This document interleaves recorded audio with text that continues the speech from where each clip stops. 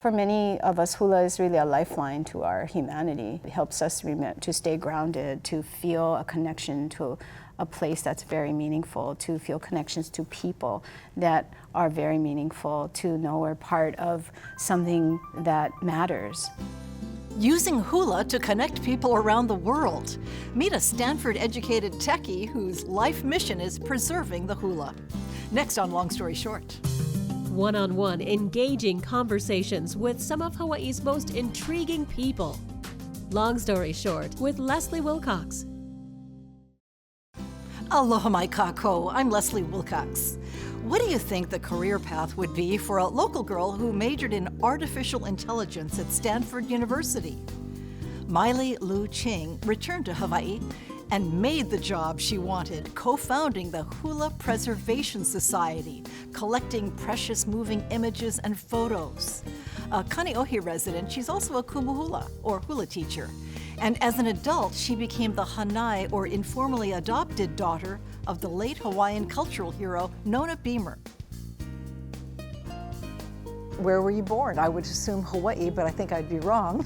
No, I actually wasn't born in Hawaii. I was born in Lansing, Michigan, of all places. And it's funny because I sort of forget that, having been in Hawaii for so long, and I had to get a copy of my birth certificate recently because I needed to get a passport, and I forgot I wasn't born in Hawaii. I said, oh wait, it's not State of Hawaii Department of Health, it's Michigan. So I said, oh yeah, I was born in Michigan. So it happened because my dad went back to school, grad school, and took my mom with him, and they just had their kids there. How long were you there? I went through kindergarten there. Yeah. Do you remember it? Do you remember the place? Just snow. Snow, and snow. And having a basement, because you have tornadoes there, and so all the houses had basements. And so whenever there was a tornado warning, we'd have to run in the basement. And when you're a little kid, it's more fun, because that was actually our playroom. But I do remember that that was a big part of life, so tornadoes and snow. Maybe we talk about your dad and mom getting together. One's from here and one's not. Yeah, so my mom was from Grand Rapids, Michigan, and had an aunt and uncle who had moved out here. Her uncle was a travel writer, and they ended up settling Ho'okena on Hawaii Island. And so she came out here. She was quite adventurous, and so she came out here, and she wanted to, visit her family, and she ended up staying. And she went to UH. She joined the UH choir, and it took a while for her to sort of blend in because she was one of the few blondes with green eyes at UH at the time. But she really, bonded with the locals here, and ended up staying and meeting my dad. And then they got married in 1960. And of all places, where does he want to go back to school? Michigan. So she was like, no, why? Spent my life trying to get out of Michigan. But back she goes, and has you and two other kids? Their first baby passed away in 1963. It was the time when they didn't know so much about folic acid, and so he was born with spina bifida. So he only lived for a month. And at that time, that was, I guess, the norm for babies born that way. Now I think there's a lot, more they can do. But my sister then was born in 65, and I was born in 66, and we spent our early years there playing in the snow and, just being snow kids. And sometimes they thought she was our babysitter because we looked like these little Asian kids, and here's this, blonde-haired, green-eyed lady, and I was like, those are my children. Who wanted most to go back to Hawaii? My mom, of all things. My dad, he got into teaching at Lansing Community College after he finished school, and he really loved it. And I mean, he was the one from here, but my mom just really, really wanted to go back. So by the time we were, I guess, 5, 6 years old, my brother, we had adopted in our family, and he was 3 years younger than me, so he was a little guy. And just sort of trying to make the trek back to Hawaii. It took a while, but we did it. So by 72, I think we were back here. 72, 73, yeah. What was your growing up period like? I don't know. We were in kind of a newish neighborhood in Kailua. It was Enchanted Lakes. Went to public school for a couple years in the neighborhood, and then my mom started teaching at St. Mark's in Kāneʻohe. And so my brother and I started going to school there. My sister had gotten into Kamehameha at 4th grade, so she was going somewhere else. But I loved Kāneʻohe. I mean, I still love it to this day. That's where our office is. But we just mostly spent our life on the windward side until then we got into Kamehameha, and then we started making the trek over the hill every day. Your dad had trouble, though, in your childhood. Yeah. He was troubled by depression. Yeah, it kind of came out more as we got older. I know by the time we got into high school, I don't think he was really working too much anymore. And he really tried, but it was also alcoholism and the relationship with my mom. I think the life here in Hawaii was harder for him. I mean, he comes from a huge family. His immediate family is not so huge, but I think, being the oldest in the family, being the only boy, the pressures, and that probably was part of it, and not feeling like he was maybe taking care of his family the way he should have, and being here in the islands probably exacerbated a lot of his troubles. Yeah. Did you feel you had to go without at times? When you're a kid, you only really know what you know. So we didn't really know. It was not, like that wasn't normal for everybody. I don't know. We just kind of were there for each other as kids, and my sister being the oldest, I think she was more clued into things than me or my brother. And she tried to protect us from things, and sort of redirect some of their strife and redirect it on herself, which has its own ramifications, of course, as far as her own, well-being. But we just knew what we knew, and so that was normal to us. And Mom was the breadwinner at the small church school in Kāneʻohe. Yeah, I think she made like $12,000 a year or something. It was a tiny little school, and how do you support a family, 3 kids, and have a house and all that on such a small salary? So we just, but amazingly, we didn't really feel, that we didn't know we weren't rich, but we didn't feel poor, So they really did a good job of protecting us from that, and always trying to, be good parents in terms of making sure we never went hungry and that kind of thing. We really didn't, And so in the big scheme of things, they did as best as they could, and we really, we knew they loved us. Yeah. You ended up going to Stanford University. How did that happen? It's pretty cool. I always liked school, but I didn't ever have such sights, that kind of thing. And I remember, you have your annual at the end of the year, and you get your friends to sign it, and you also get some of the teachers to sign it. And one of the teachers, she just wrote in there in the back, she said, "Oh, I hope to see you, class of '88," and she listed, Harvard, Stanford, and she's, some of those schools. And I read that and I said, really? Never thought about that before. And so that's heading into high school. And I said, well, okay, because with school, so when you have like a crazy home life, it sort of feels like quicksand. And so school was definable to me. Like if I did this, I'd get that. If I worked this hard, I'd achieve this, and so it made sense to me, and I could sort of control it, whereas at home it was totally not controllable, and you're just trying to sort of survive in the quicksand. And so I just really got into school and went for it. I noticed you majored in something that Mark Zuckerberg of Facebook says is the major of some of the most talented people in the world, and it's known to be a tough major combining computer science, linguistics, and I think psychology. Tell us about that. It was, it's a really interesting field. It technically was called Symbolic Systems at Stanford, but it was essentially artificial intelligence. Back then, artificial intelligence. Yeah, I kind of knew that there weren't really many jobs in that area. It was so new as far as for someone, at that time and coming out of college. But it just fascinated me. And the guy who wrote the book called AI was a prof at Stanford. And I thought, if I'm gonna study something, this is the place and the time to do it. And what appealed to you about it was it was a combination of technology and humanity. Yeah, exactly. Understanding why humans do what they do and how. Yeah, because I wasn't so much interested in the engineering and all that aspect of it. Symbolic Systems, or AI, was more about how do we think, and how might we have a machine think, and how can a machine understand language, and all of those things. So it was linguistics, it was philosophy, it was logic, it was math, it was computer science. Was it difficult, especially at Stanford? I would imagine you were applying yourself a lot to it. It was hard. It was really hard, but I just figured, it was interesting. And I kind of knew I wasn't going to work in that field, but I was okay with that because I just thought, it's interesting, and as long as I do something with technology, then I'd be happy. After those years of being away from home, Maile Loo Ching knew she wanted to come back to the islands. What she didn't know was that her return to Hawaii would come with a family crisis. Her mom had cancer. She was 56 when she was diagnosed, and that was just completely devastating. Now looking back, I realized that in her 30s, she had ulcers. and in her 40s she had colitis, and in her 50s she had cancer. And they know now that all of those are tied to stress, chronic stress, those conditions. And the stress would have been caused by uncertain family situation? Yeah, just money, relationship, depression. You know, she actually had depression too, you know, it turns out. So just, you know, it was a real struggle, yeah. So I see now that it was progressive, you know, but you don't know that as a kid, right? So you just, now they also know more about chronic stress and its impacts.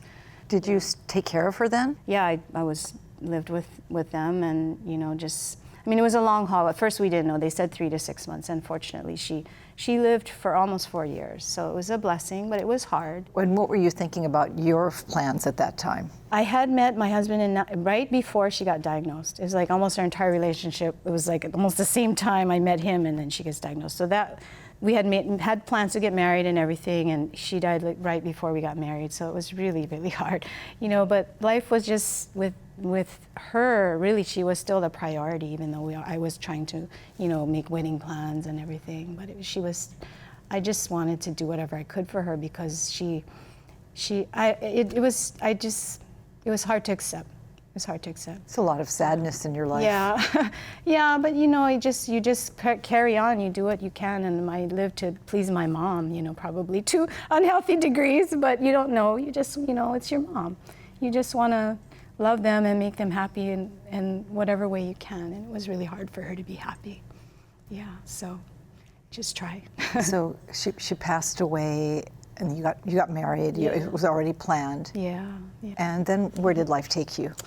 Oh, well, it was kind of good for a couple of years there. And then that was, you know, great. We were married and, you know, had just normal life and, you know, trying to work. I would do consulting for teachers and technology and do teacher training and integrating technology, and I was kind of happy, you know, doing that. I was doing the teleschool stuff with the DOE, doing TV shows for them, and yeah, it was nice. It was calm for a little bit after that, and then out of the blue, my dad gets sick. He's diagnosed with cancer, and that just totally threw me for a loop because he was in the water every day. He was so healthy, and again, I think it's just a manifestation of years of, you know, my mom's passing was so hard on him, you know, because you have so much you left on the table, I guess, you know, and just weren't able to get out, and it just continues to eat away.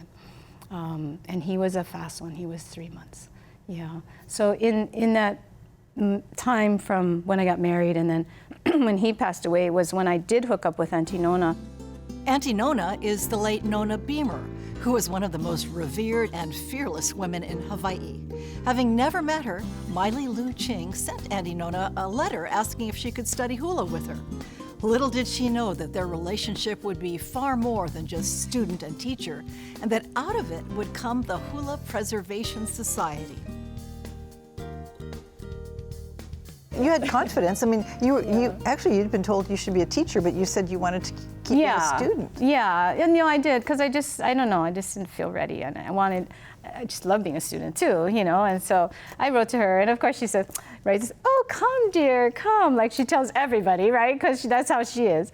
And so I was like, okay, I'm gonna go, you know, and that was the days when you had coupon books.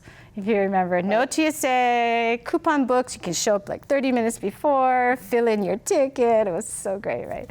So I used to just try to go to Hawaii Island as often as I could. And always there were other people there because she would tell everybody, come visit her, because she loved company. And, you know, half of us would take her up on it, right? So I met really interesting people out there when I'd go visit her. But I would just go back and forth as often as I could. And this was like from after my mom passed away, so 98, 99 time frame. It was nice, even though I was already an adult and, you know, she could be my grandmother, but we just really enjoyed each other's company. And it was to the point that she had a hanai ceremony for you. You're her hanai daughter. Yeah, she did. She wanted to do that, and I really appreciated it. I mean, I never experienced anything like that before, and it was beautiful. Yeah, it was sort of like sharing our connection to the people that were important to her in her family, and then my family and students, and It was right before my dad passed away, like literally like days before he passed away. And so he wasn't able to come, but he knew, you know, because they spent time together and they knew each other. So he knew that that I would have her, you know, after he passed away. So, and I was so grateful for that energy, because I missed having a mom. I really did, you know, and she was such a natural mom, you know, with her, just her love and her energy. And because my mom was sick and just a lot of the things in her life, she wasn't always, you know, that kind of nurturing energy, you know, and I mean, everybody wants that, you know, it just makes you feel good. And so she was that for me, and I was always just really grateful. Yeah. You bonded over hula, which she knew so much about, and you were still considered yourself a student, but you knew more than she did about technology, and that turned out to be a wonderful combination too. Yeah, it was. What happened as a result of those two capabilities? You know, she had told me a story about all this research that she had done in the 50s. She had been trying to write down, so at that point in her life, she was in her 30s. So it was about what age I was at when I was with her. And so she had all this research, and she had put it up on the walls of her study at the Waimea ranch in Hawaiʻi Island, Waimea, and butcher paper and pencil, and just making notes. And you know, she had years of work, and then the place burned down. Yeah, and everything was gone. And she told me that story, and I was like, no, we need to try to recreate that. And you know, she's in her 70s. She's like, okay, you know, I mean, she was always like, you know, wanting to be nice about it. But I said, no, it's okay. You don't have to write it all down. We will put it in the computer, and we'll make a database, and we'll, you know, we'll do this. And she was game. She's like, okay, dear, you know, whatever you say. But I mean, I just didn't want it to feel like work for her, you know. So what we would do is basically do this. We just talk. We talk through things. She had notes, or she had her books by that point too that she had published, and so we just talked through things. And because I was always the one in the camera one in the family with a camera stuck to my face, whether it was a photo camera or a video camera, you know, I had little, you know, point and shoot things. You liked all kinds of tech. Yeah, right. So I thought, well, we're talking like this over her lauhala mat covered dining room table in Pahoa. And I just would put my camera sort of off in the corner, you know, just for reference for me, because I'm trying to take all this in, and I can't remember everything, and I'm writing notes, but it was just a reference for our conversations. And then that was kind of how we started being together. We would just days, you know, I'd just try to go out there and we just talk and, you know, notes and just talk things through. So for her, it was just about remembering. It wasn't that she had to do anything more than that, you know, so she could do that. So that was what we did for several years. And then in the middle of, you know, one of these conversations, she just was saying to herself, I wonder what Uncle George thinks about that. What does he know about that? And I said, oh, we should go talk to him. Uncle George Naope? Yeah, because he's in Hilo, we're in Pahoa, we should do that. You know, it seemed like, wow, we could, maybe, that would be so interesting. And so one thing that I loved about her is that she was always curious. She never wanted to stop learning, even though she could have easily, you know, in all her years and everything, everybody was, oh, put Auntie Nona, she, you know, up on a pedestal. But she was always right in there, wanting to learn, realizing she didn't know everything. Everyone's path is different. She's like, I only know what I know. And so that's how HPS started, because it was simply the desire to keep learning and wanting to hear what his journey was like. Did he ever see that kind of hula? Did he ever see that person do what she saw when she was with her grandma? Did anybody else ever wear gold lame when he danced the hula? Yeah, we all know the answer to that one. Not like Uncle George anyway.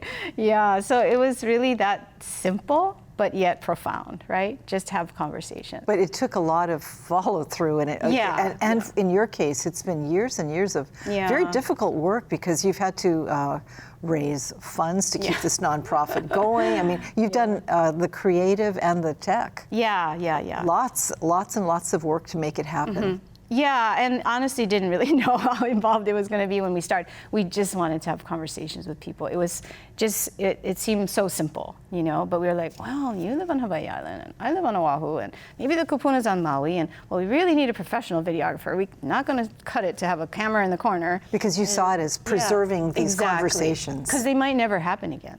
And in most cases, they probably didn't. What was it about that particular timing of elders that you say we've got to get them before they pass? Yeah, so they were mostly born in the 19-teens and 20s and maybe early 30s in those first years.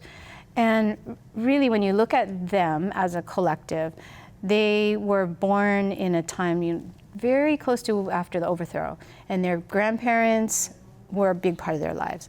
Their grandparents were born in the time of the Hawaiian Kingdom, spoke Hawaiian.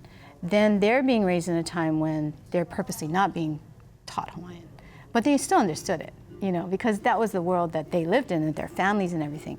So they're just really cut from a different fabric than we are afterwards because of, you know, we're all a product of our time, but that time was so dynamic and changing, and, you know, they navigated that as a part of, you know, being in that time and growing up in that time. So their stories and their viewpoints and the way that they were in the world was just different. You talked about looking at life through the lens of hula, and hula is very much a way of life. I mean, it is curious that people still see it as a dance, maybe because it's offered as entertainment. But for somebody like you and the women you're interviewing and men, it's not that at all, is it? Right. It is really what Auntie Mikey's students always quote her as saying, hula is life, you know. And because it is a way of, it helps you see a way to be in the world that is beyond entertainment. I think hula in the 20th century was very much relegated to entertainment, you know, because of the changes in Hawaii. Cellophane skirts at times. Yeah, you know, and just for military, for tourists, whatever the case may be, you know, that was how hula and Hawaii were viewed, you know. And but then at the same time, so the folks that were studying hula, that wasn't all that they were about. But it was a means for them to make a living, and they had to make a living, you know, like that. It just costs money. It costs not as much as today, but it's still, you had things you had to have money for. And so I give them credit because they really were able to navigate their way through that, because they not only figured out a way to make a living with something that they loved and were good at and had so much talent in, but also to, at the same time, preserve, you know, and be a part of passing on tradition and making sure that we didn't just become that. And so when you're in that hula world, you're really in a different mindset. And so many of our kūpuna over the years that we've interviewed have talked about how hula saved their lives because of illnesses that they've had, and all they want to do is get back to dancing because it puts you in just like a aloha mindset, you know, a way of being in the world. You cannot be ugly when you dance hula, they say, you know, you cannot have those bad feelings, you know, you have to let it go, and that's a good practice for all of us, right, whether you use hula to do it or not.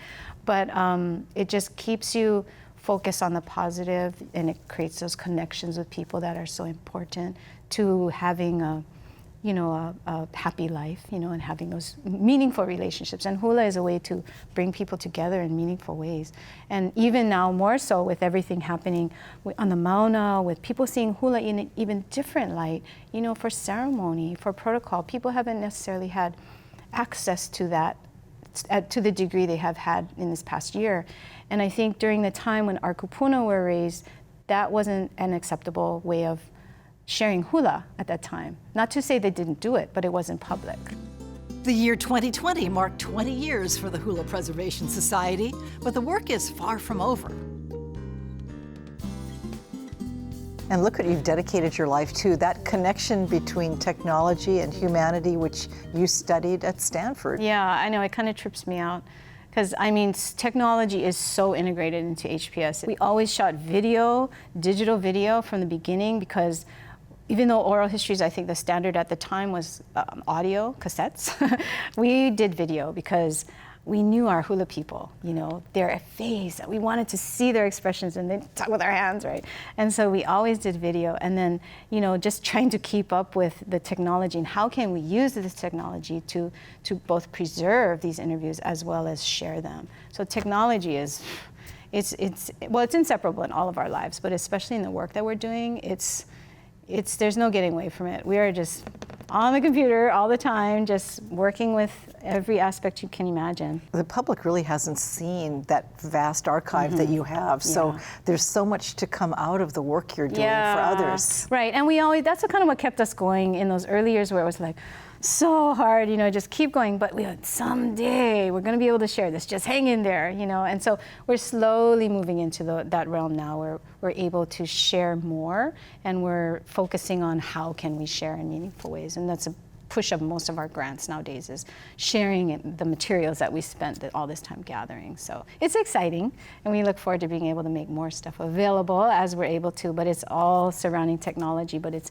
taking our beautiful kūpuna and sharing them in a way that hopefully they would be pleased, because they had probably no idea, how it was actually going to happen. We'd show them some little clips we edited of them, and they'd get a little kick watching themselves on the computer and see how their interview looked. But they probably don't know how important it is. No, because they just said they would usually end up enjoying, talking story, because nobody was talking story with them about that kind of stuff. And there's a sense of humility about their role. They figured they were just like anybody. Yeah, exactly. So why am I so special? And so I think it did mean a lot to many of them to have a chance to share their stories, and even though they don't ultimately know how or who or what, but they trust us, and that means a lot. Mahalo to Kāneʻohe's Maile Loo Ching, the techie and kumahula who runs the Hula Preservation Society, for sharing her story with us. And thank you for joining us. For PBS Hawaii and Long Story Short, I'm Leslie Wilcox. Aloha nui. How far can hula take you? Well, it's limitless, really. Especially if you're hakumele and you're writing. You're creating and you're inspired by whatever's around you in your time. Uncle George always said, it's good to keep the chants from the past, but you've got to keep writing. You've got to tell about now, and because then that will be the past someday.